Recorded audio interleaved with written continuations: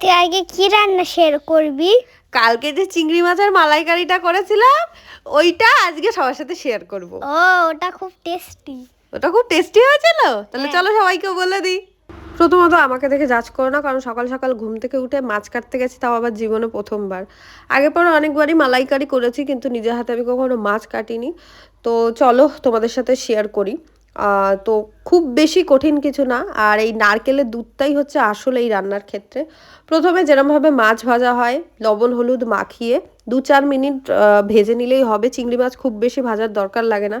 তো তারপর সর্ষের তেলে রান্না করলে স্বাদটা একটু বেশি ভালো আসে, তো তোমরা সর্ষের তেলও নিতে পারো, অন্য যে কোনো তেলও ইউজ করতে পারো। তো সর্ষের তেলের মধ্যে গোটা গরম মশলা তেজপাতা ফোড়ন দিয়ে পেঁয়াজটা ভেজে নিতে হবে। তারপরে ওই বেসিক মশলা আদা রসুন কাঁচা লঙ্কা শুকনো লঙ্কা, আর তোমরা টমেটো চাইলে স্কিপও করতে পারো, আমি আবার টমেটোটা দিয়েছিলাম।